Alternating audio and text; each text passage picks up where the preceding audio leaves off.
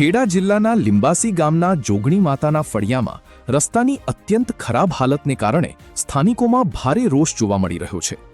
છેલ્લા લાંબા સમયથી રસ્તા પર કાદવ અને કીચડ હોવાથી લોકો માટે અવરજવર કરવી મુશ્કેલ બની ગઈ છે। ખાસ કરીને શાળાએ જતા નાના બાળકો, વૃદ્ધો અને સગર્ભા મહિલાઓને ભારે હાલાકીનો સામનો કરવો પડી રહ્યો છે। સ્થાનિકોના જણાવ્યા મુજબ એક વૃદ્ધ મહિલાનો પગ લપસતા તેઓ પડી ગયા હતા અને તેમનો હાથ ફ્રેક્ચર થયો હતો। ગ્રામજનોએ આ અંગે ગ્રામ પંચાયતમાં 1 વર્ષ પહેલા લિખિત રજૂઆત કરી હોવા છતાં હજુ સુધી કોઈ કાર્યવાહી કરવામાં આવી નથી।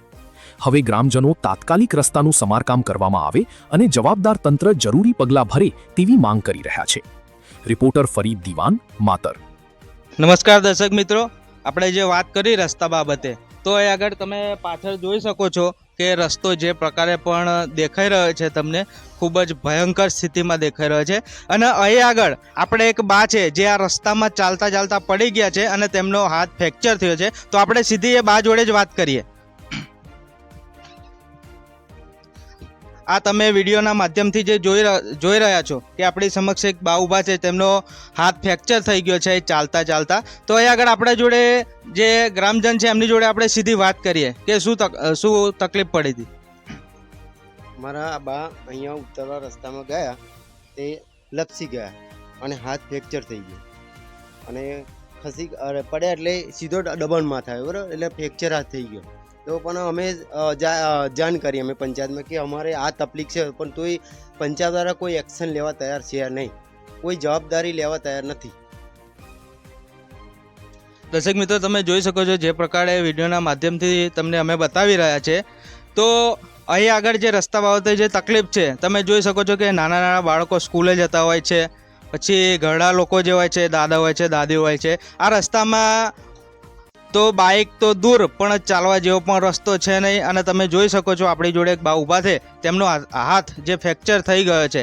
તો આ બાબતે અહીં આગળ કોઈ કદાચ સગર્ભા સ્ત્રી હોય અથવા કોઈ વૃદ્ધ લોકો હોય, એમને કંઈ તકલીફ પડે અથવા તમે બાનો હાથ જ ભાગી ગયો તમે જોઈ શકો છો, તો એનું જવાબદાર કોણ?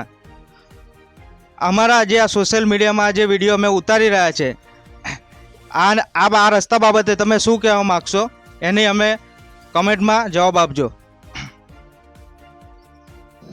નમસ્કાર દર્શક મિત્રો, આપણે જે રસ્તા બાબતે વાત કરી અહીં આગળ તમામ ગ્રામજનો આપણી સમક્ષ ઉપસ્થિત છે। તો એમની જોડે આપણે સીધી વાત કરીએ કે આપણે ગ્રામ પંચાયતની અંદર એમને રજૂઆત કરી હતી, તો એમને શું જવાબ મળ્યો છે। તો તારીખ 12/11/2025ના રોજ, એટલે 1 વર્ષ જો કે થવા આવ્યું, હજુ સુધી આનો કોઈ જવાબ નથી આવ્યો ને કોઈ પણ આનો ઉકેલ નહીં આવ્યો રસ્તાનો। ટીડીઓ કે સરપંચ કે કોઈ પણ અધિકારી છે, હજુ આનો સામેથી એવો જવાબ નથી આપ્યો। અને બીજું કે આનો કોઈ અત્યારમાં ઉકેલ પણ નથી આવ્યો। બ્લોક નાખ્યા છે તો એનો કોઈ પણ ઉકેલ નહીં આવ્યો અને પૈસા પણ માગ્યા છે જે રસ્તાના પૂરણના, જો કે આ બધું એમનામ આવે પણ હજુ આનો કોઈ ઉકેલ નથી આવ્યો। અને બીજી વાત કે આ રસ્તો અમારી એટલી જ માગ છે કે આ રસ્તો જે પણ છે લાગતા વખતા અધિકારીઓમાં આવે છે એ રસ્તો જલ્દીથી થાય એવી જ અમારી માંગ છે। યસ, તો દર્શક મિત્રો, જે તમે વાત કરી કે આપણે ગ્રામ પંચાયતની અંદર જે ગ્રામજનોએ રજૂઆત કરી હતી 12/11/2025ના રોજ જે જાણ કરેલી હતી, પણ હજુ કોઈ એનો નિકાલ આવ્યો નથી। અને અત્યારે ગ્રામજનોની એક જ માંગ છે કે જે પણ લાગતા વળગતા જે અધિકારીઓ છે એમને ગ્રામજનો એક જ વાત કહેવા માગે છે કે તાત્કાલિક આ રસ્તાનું સમારકામ કરવામાં આવે એવી એક જ માંગ છે।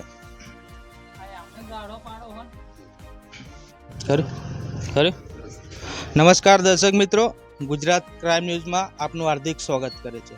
આજ રોજ વાત કરવામાં આવે તો ખેડા જિલ્લાના લિંબાસીમાં જે આગળ તમે પાછળ જોઈ શકો છો કે રસ્તાથી અહીંના જે સ્થાનિક લોકો છે તે ખૂબ જ પરેશાન છે। તો અહીંના જે સ્થાનિક લોકો છે એ આપણી સમક્ષ અત્યારે જોડાઈ ગયા છે, તો આપણે એમની જોડે સીધી વાત કરીએ કે અહીંનો શું તમને તકલીફ છે રસ્તા બાબતે। તો આપણે કોઈ પણ એક સ્થાનિકને આપણે એમની જોડે સીધી વાત કરીએ।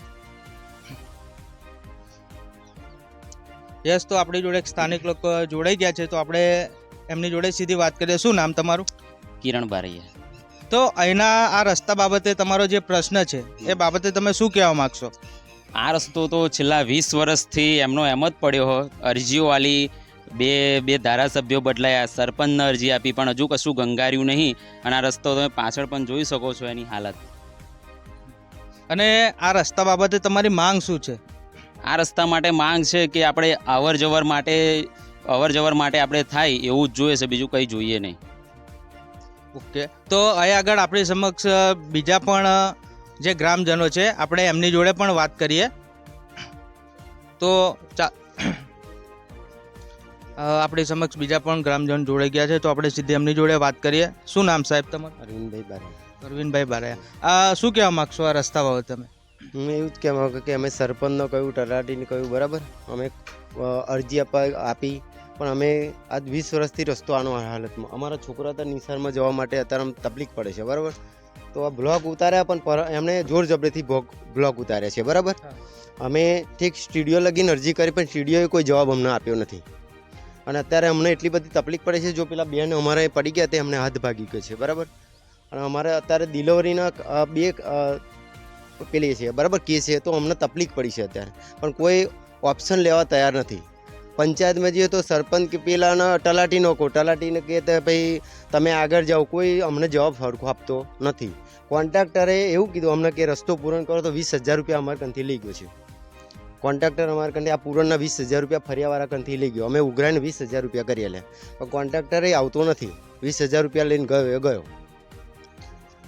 તો તમે જોઈ શકો છો દર્શક મિત્રો, હું મારા કેમેરામેનને કહીશ કે આગળ આવી રસ્તો બતાવે.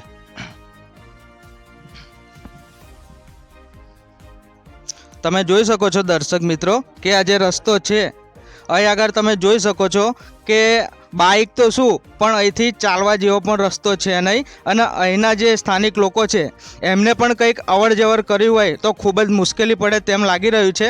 અને તમે જોઈ શકો છો કે અહીં આગળ જે નાના બાળકો હોય, જે સ્કૂલે જતા હોય, જે ઘરડા લોકો હોય, જેમને અહીં આગળથી અવર જવર કર્યું હોય એમને ખૂબ જ મુશ્કેલ પડી રહ્યું છે. અહીં આગળ કોઈ સગર્ભા કોઈ મહિલા છે અથવા કોઈ દાદા દાદી, કોઈને પણ આ રસ્તાથી અવર જવર કરવા માટે ખૂબ જ તકલીફ પડી રહી છે.